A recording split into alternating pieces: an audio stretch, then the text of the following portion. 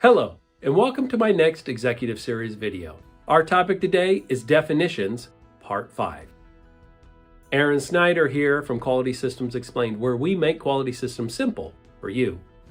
If you're new, make sure you subscribe. Check out the status bar below for our agenda and stick around to the end for those bonus questions. Our topic, definitions, comes directly from 210.3 and 211.3. This is the 5th video in the definition series, and we will cover definitions number 21 and 22. Number 21, representative sample, means a sample that consists of a number of units that are drawn based on rational criteria, such as random sampling, and intended to ensure that the sample accurately portrays the material being sampled.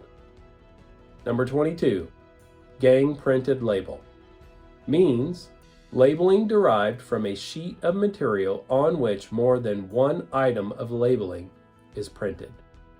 As in the previous definitions videos, we will not cover the requirement is working, the requirement is not working, and the bonus questions. Thank you for watching. Please like, subscribe, share, and comment. Send any questions to me at qms.jedi@gmail.com. This is Aaron Snyder from Quality Systems Explained, making quality systems simple for you.